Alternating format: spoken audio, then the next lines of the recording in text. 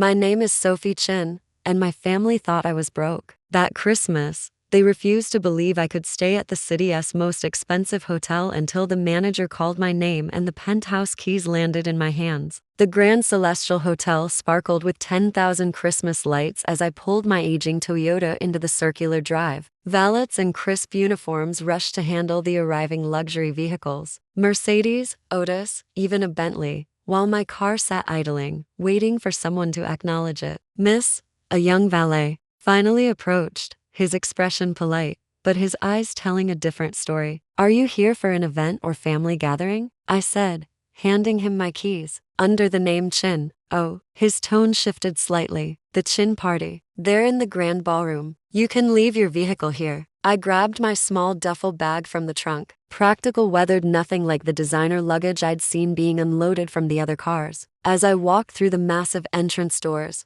I took in every detail. The 20-foot Christmas tree in the lobby, the marble floors that I'd personally selected 3 years ago, the subtle gold accents that caught the light just right. Everything was perfect. There she is. My brother Derek's voice carried across the lobby, loud and deliberately mocking. We were wondering if you'd actually show up, Sophie. I turned to find Derek and his wife Amanda approaching, both dressed in outfits that probably cost more than my monthly rent. Behind them, my mother Patricia stood with my younger brother Marcus, all of them radiating that particular brand of prosperity they'd perfected. Traffic was heavy, I said simply. From where? The budget motel you're staying at? Derek laughed. Because surely you're not actually staying here. This place is $1,500 a night minimum. Derek, I said quietly. What? I'm just being realistic. He gestured around the opulent lobby. Look at this place, Sophie. It's the most exclusive hotel in the city. They host celebrities, politicians, billionaires, not customer service representatives from tech companies. My mother air kissed my cheek,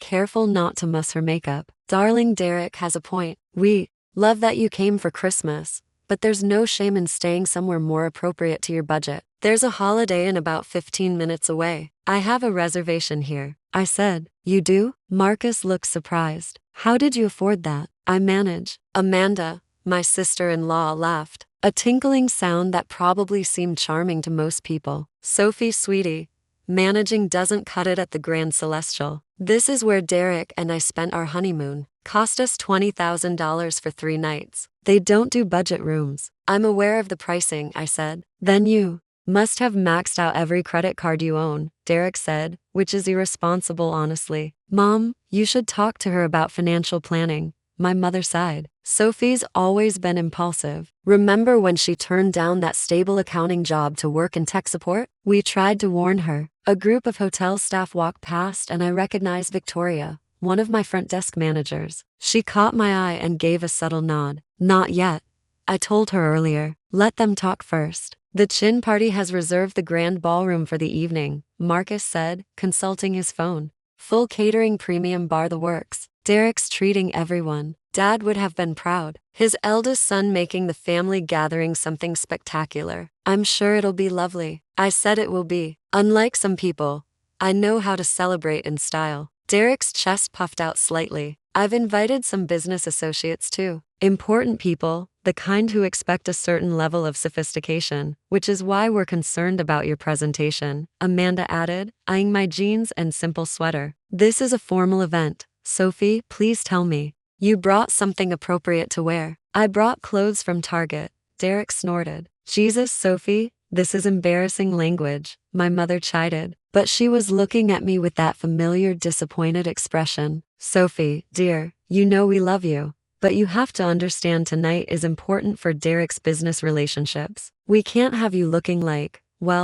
you just came from work at a call center. Tech support, I corrected. Not a call center. It's the same thing, isn't it? Marcus shrugged. Phone work, customer complaints. Not exactly prestigious. I watched them. These people who shared my DNA but knew almost nothing about my actual life. Derek, who taken over our father's import business and run it competently if not brilliantly. Marcus, who worked in middle management at a pharmaceutical company. My mother, who'd married well twice and considered that her greatest accomplishment. None of them had ever asked what I actually did in tech support. They just assumed. The reservation desk is this way, Derek said, gesturing. You should check in before the evening events start. And, Sophie, maybe see if they have a house phone you can use to call that Holiday Inn. I'm serious about this. You can't afford to be here. We approached the gleaming check-in desk where 3 staff members worked efficiently. I recognized all of them, Martin, Elena, and James. They'd been with the hotel since opening day. Reservation under Sophie Chin,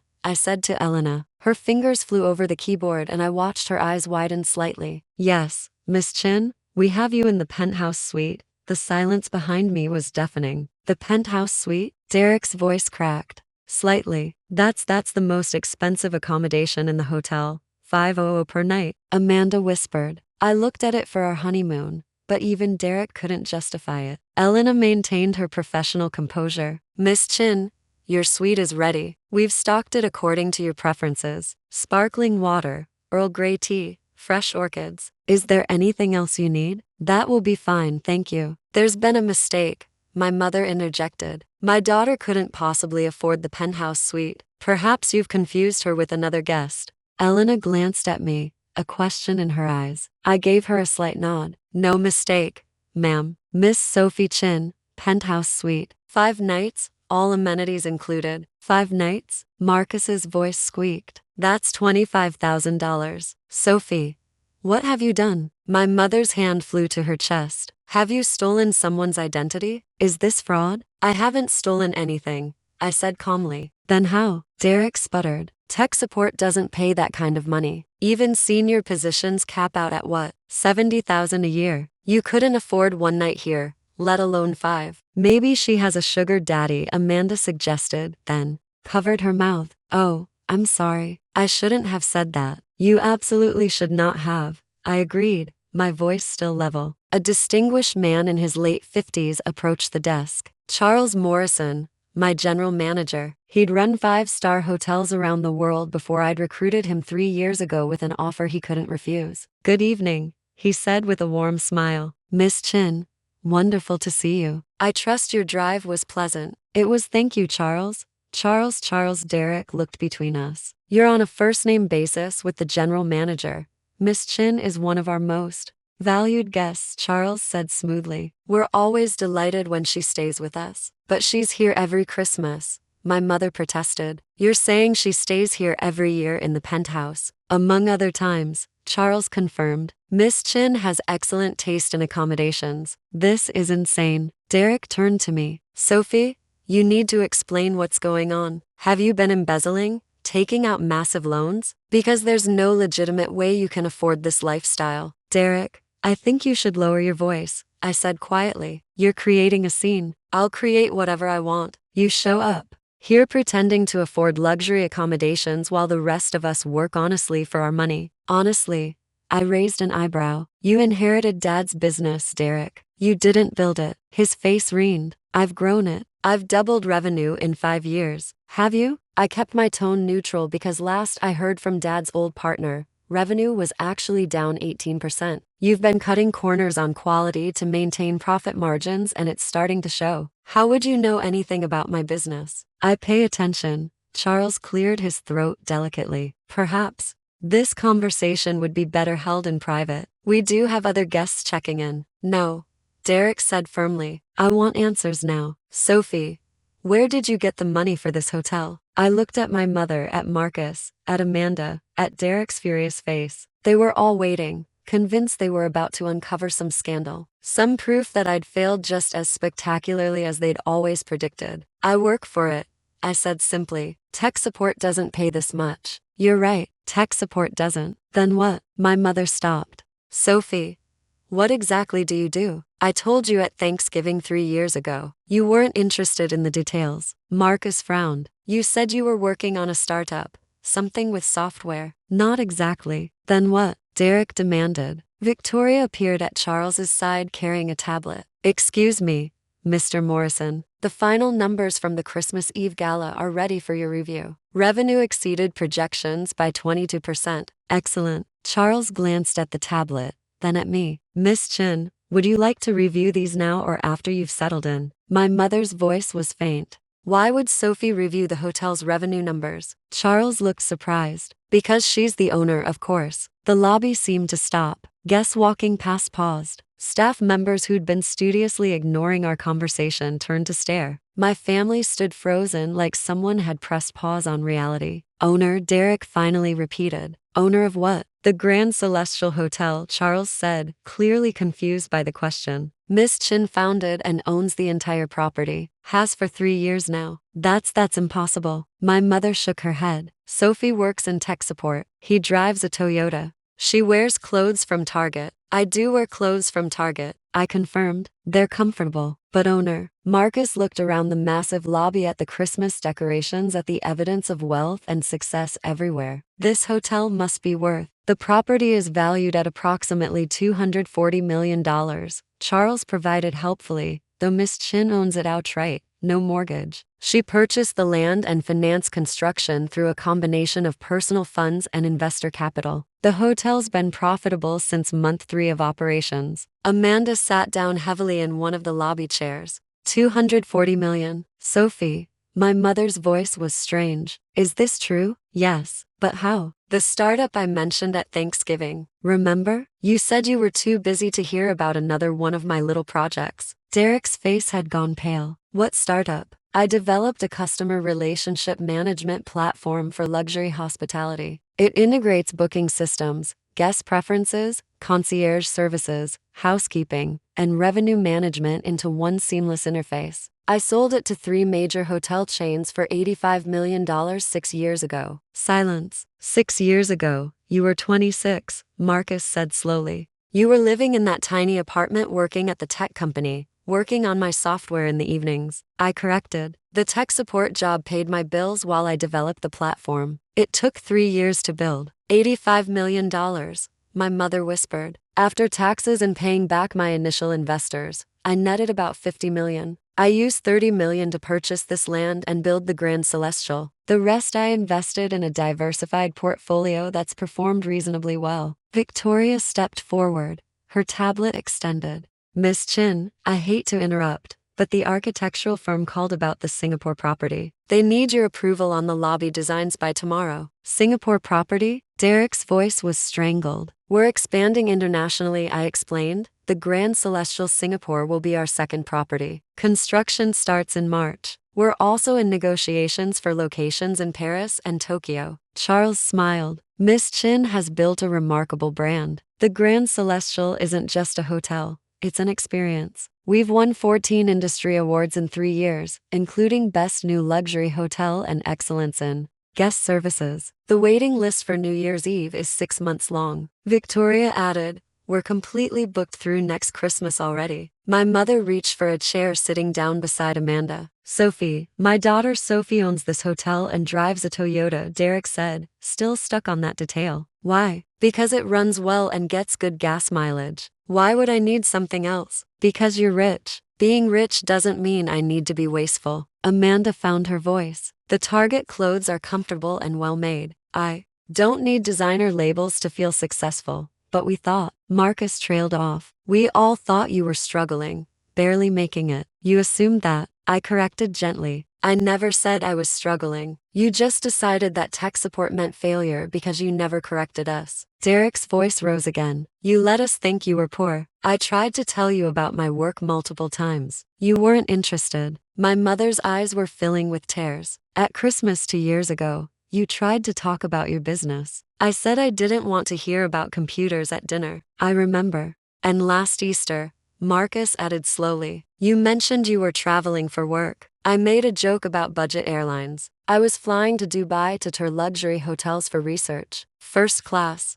But you're right, you did make that joke. Derek sank into a chair at Thanksgiving when I was bragging about doubling Dad's revenue. You hadn't actually doubled it. I knew that because I checked the business filings, but you seemed happy believing it, so I didn't correct you. This whole time, my mother said softly, we've been patronizing you, feeling sorry for you, making little comments about your car, your clothes, your simple life. Yes, why didn't you stop us? I tried. You didn't listen. After a while, I realized you needed to believe I was struggling. It made you feel better about your own choices. Charles's phone buzzed. He checked it and smiled. Miss Chin, the mayor's office called. They want to confirm your attendance at the New Year's charity gala. You're receiving the Entrepreneur of the Year award. The mayor knows her. Marcus' voice was weak. Miss Chin is quite prominent in the business community. Charles said she sits on the boards of 3 nonprofits, mentors young entrepreneurs, and has donated over $10 million to local charities in the past 3 years. 10 million, Derek repeated numbly. The Grand Celestial also provides free venue space for charitable events, Victoria added. Last month, we hosted a fundraiser for children's literacy. Miss Chin personally donated matching funds that raised over $500,000. My mother was crying now quietly. We've been horrible to you. You've been dismissive. I agreed. There's a difference, is there? Derek looked at me, really looked at me, maybe for the first time in years. Sophie, we've spent years making fun of your car, your clothes, your job, your life, and all that time, you were more successful than any of us. Success isn't a competition, Derek. Isn't it though? Dad always said. Dad said a lot of things. Some of them were wrong. Marcus stood up, walking closer to me. Why are you here for Christmas? I mean, after how we've treated you, why spend the holiday with us? Because you're my family. And I kept hoping that eventually you'd see past your assumptions and actually ask about my life. We never did, my mother said. Not once. No. Well-dressed couple approached the desk, clearly waiting to check in. Charles gestured to Elena to help them while he stayed with us. The grand ballroom, Derek said suddenly. I booked it for tonight for our family gathering. I know. I approved the reservation. You approved? Of course you did. It's your hotel. He laughed, a slightly hysterical sound. I've been bragging about treating the family to a fancy dinner at the Grand Celestial. And it's your hotel. The ballroom looked beautiful when I toured it this morning, I said. Chef Michael has planned an excellent menu. Chef Michael, Amanda repeated. The one with the Michelin star. We were very fortunate to recruit him. My mother wiped her eyes carefully, trying not to smudge her makeup. Sophie, I don't know what to say, how to apologize for years of condescension. I supplied gently. Dismissiveness, assumptions, all of that. You could start by asking questions instead of making assumptions. What do you want us to ask? I thought about it. Ask me about my work, my goals, why I built this hotel, what I'm planning for the future. Ask me about my life instead of telling me what's wrong with it. Derek stood up, walking to the massive windows that overlooked the hotel's landscaped grounds. This is incredible, all of this, and we had no idea. He didn't want to know. He turned back. That's fair. That's completely fair. He took a breath. Sophie, tell me about the hotel. Why this? Why hospitality? Because I believe luxury should include warmth. Most high-end hotels are cold, impersonal. I wanted to create spaces that were both elegant and welcoming, where guests feel valued, not just processed. The software you developed, Marcus said, the Serum platform, that's what made this possible. It gave me the capital and the industry connections, but the vision was always there. Even when I was working tech support, I was studying hospitality, touring hotels, learning what worked and what didn't. Victoria approached again, this time with a small wrapped box.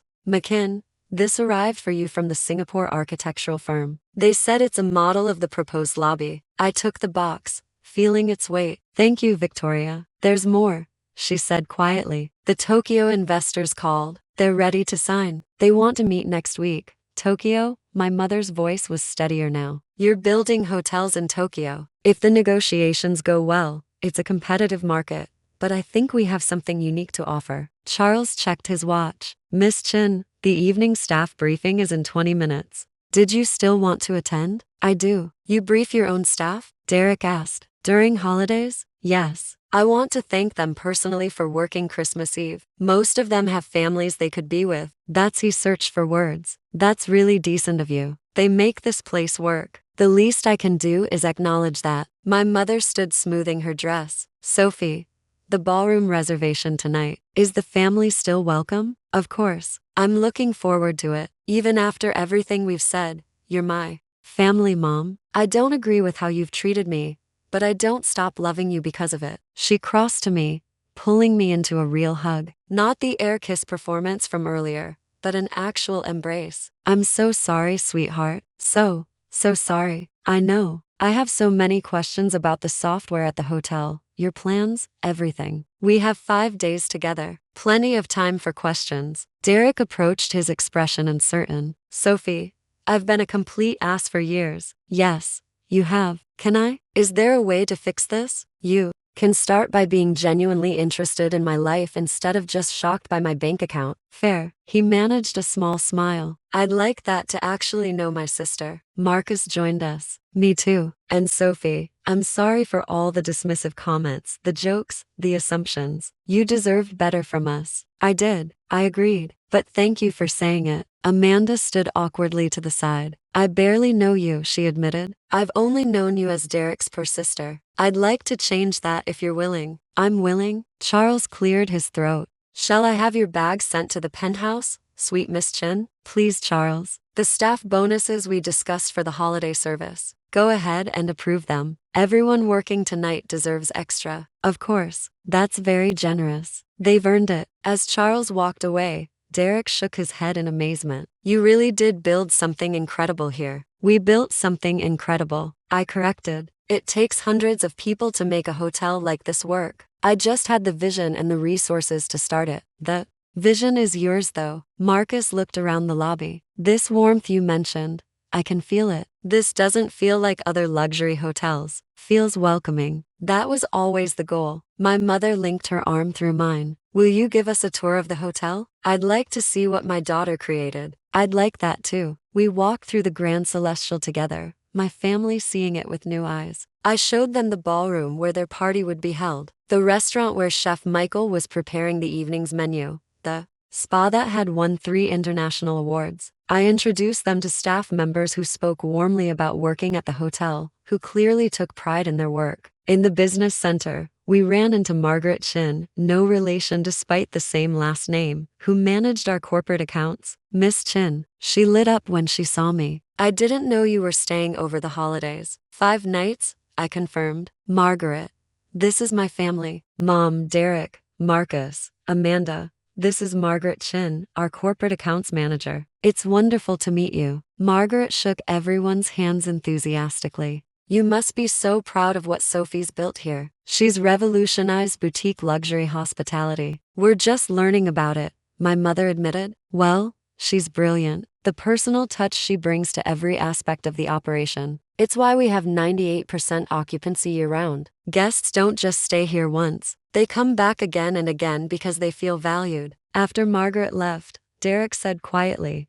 everyone here loves you. I hope they respect me. Love isn't required. They do though. You can see it in how they talk to you about you. We took the private elevator to the penthouse suite. My suite. The doors opened directly into the foyer, revealing 5,000 square feet of elegant space. Floor-tolling windows overlook the city, now sparkling with Christmas lights. A 12-tea tree stood in the corner, decorated in silver and gold. This is, Amanda trailed off. This is extraordinary. It's home when I'm here, I said simply. You stay here often? Marcus asked. Once or twice a month. I like to be on property regularly to maintain standards and stay connected with operations. My mother walked to the windows looking out at the view. When you were little, you used to build elaborate hotels out of blocks. Do you remember? I remember. I told you to focus on practical things, accounting, business management, traditional paths. You did. I was wrong. She turned to face me. You knew what you wanted even then, and I tried to talk you out of it. You wanted me to be safe. I understand that. Safe is different from small though. I wanted you to be small, manageable. I see that now. Derek moved to the Christmas tree, examining the ornaments. These are custom. Each one represents a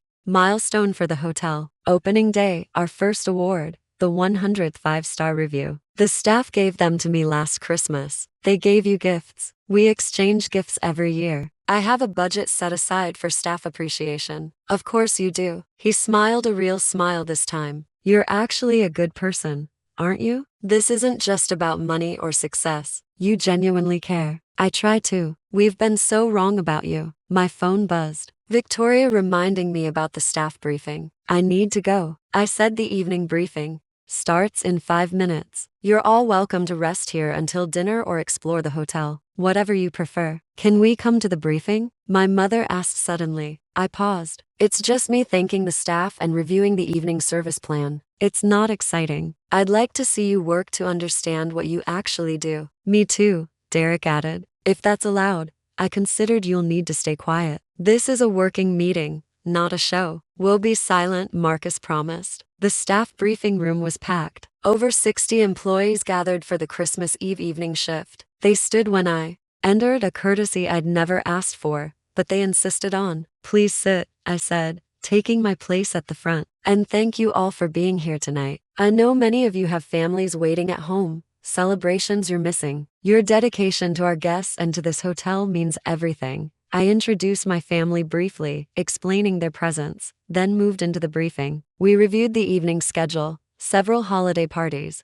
VIP arrivals, the special Christmas Eve menu. I addressed challenges from the previous shift and recognized exceptional service. Before we begin service, I concluded, I want you to know that holiday bonuses will be in your accounts by tomorrow morning. Additionally, everyone working tonight will receive an extra day of paid vacation to be used anytime next year. You've earned it. The applause was spontaneous and warm. After the briefing, as staff filtered out to their posts, several approached to thank me personally. I saw my family watching from the side, seeing me in this context for the first time. They really do love you, my mother said as we left the room. They appreciate being valued. It's not complicated. We returned to the penthouse suite to change for dinner. I'd arranged for clothing to be provided for anyone who needed it. Turns out my family had dressed appropriately, so it wasn't necessary. The grand ballroom had been transformed into a winter wonderland. Derek's party planning had been excellent. He'd always had good taste, even if his judgment about people had been lacking. About 40 guests mingled under crystal chandeliers, champagne flowing freely. Several of Derek's business associates approached him and I watched him struggle with how to introduce me. This is my sister, Sophie, he finally said to a man I recognized as a major real estate developer. She's in hospitality. Oh, the man smiled politely. What do you do? I own the hotel, I said simply. His expression changed completely. You're Sophie Chin? The Sophie Chin who built the Grand Celestial. That's right. I've been trying to get a meeting with you for 6 months. Your assistant keeps saying you're booked. I am booked. We're expanding internationally. I heard Singapore, Paris, Tokyo. Ambitious. Necessary if we want to establish the brand globally. For the next hour, I found myself surrounded by Derek's associates, all of them wanting to discuss business partnerships, opportunities. My brother watched from the side, his expression complex. Finally, he pulled me aside. This is your world, isn't it? These people,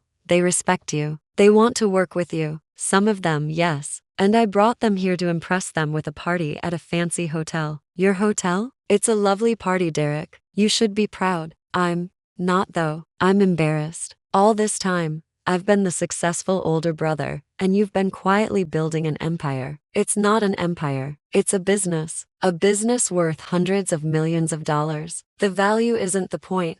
Then what is? I thought about it. Creating something meaningful. Building spaces where people feel valued and welcomed. Proving that luxury and warmth aren't mutually exclusive. You've done that. Everyone can see it. I hope so. Dinner was spectacular. Chef Michael had outdone himself. As we ate, my family asked questions. Real questions about my work, my plans, my vision. They listened to my answers, actually listened instead of waiting for their turn to talk. The Singapore property, my mother said over dessert. When does construction start? March if all the permits clear. We've partnered with a local firm that understands the market. Will you be there often? During the first year, probably monthly visits. Once operations stabilize, quarterly reviews should suffice. That's a lot of travel. It's necessary. I can't build a culture of attentiveness if I'm not willing to be present myself. Marcus leaned forward. The staff clearly adores you. How do you maintain that across multiple properties? Regular communication, fair compensation, treating people like the professionals they are. It's not complicated. Most businesses just don't bother. And the expansion plans? Derek asked. Where do you see the brand in 5 years? 5 properties across 4 continents, each one adapted to its location, but maintaining our core values of warmth and excellence. That's incredible, Amanda said softly. After dinner, as guests mingled, the mayor arrived. I'd invited her personally. She found me quickly, pulling me into a warm hug. Sophie, the hotel looks magnificent. Thank you for coming, Mayor Richardson. I wouldn't miss it. And congratulations again on the Entrepreneur Award. Well deserved. My family watched this interaction with wide eyes. Mayor, I said, this is my family. Mom, Derek, Marcus, Amanda. This is Mayor Richardson, the famous family. The mayor shook everyone's hands. Sophie talks about you all the time. She does. My mother looked surprised. Of course, she's very proud of Derek's work in import-export Marcus' pharmaceutical career. And Mrs. Williams, she mentioned you were thinking of retiring soon. Yes, possibly. Sophie thought you might consider consulting for the Grand Celestial. She says you have excellent business instincts. My mother's eyes found mine. She said that I did. I confirmed. If you're interested, I'd be honored. As the evening wound down, my family gathered on the penthouse suite's terrace, looking out over the city. This has been the strangest Christmas Eve of my life, Marcus said. Finding out your sister is secretly rich, Derek suggested. Not secretly, I corrected. Just privately. There's a difference. Finding out we've been idiots, Derek amended. Complete idiots who dismissed you for years. You weren't idiots. You were just wrong. Generously put. My mother slipped her arm through mine. Sophie, thank you for what? For not giving up on us. For inviting us here.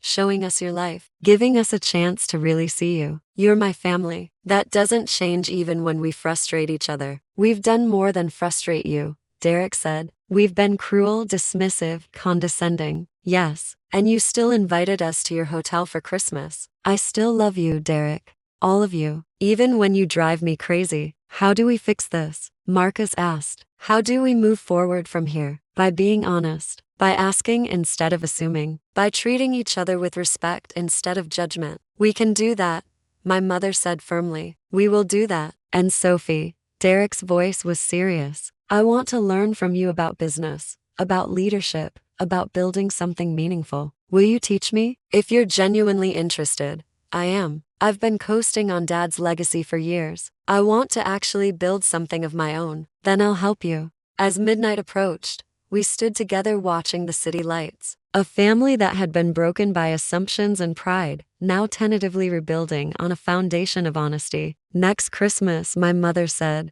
I want to host my house. Just family, no business associates, no parties, just us talking honestly. I'd like that, I said. Me too, Derek added. And Sophie, I promise. No more jokes about your car. I don't mind jokes about my car. Just ask me about the rest of my life too. Deal. The Grand Celestial sparkled below us, every window glowing warm against the winter night. My hotel, my vision, my success. But standing with my family, beginning to truly connect for the first time in years, I realized success had many definitions. The hotel was one kind of achievement. This moment, this honest connection with people I loved was another entirely. And as Christmas Day began, I was grateful for Oath. Clicked to see how I stunned my family and turned Christmas into the most unforgettable night of my life.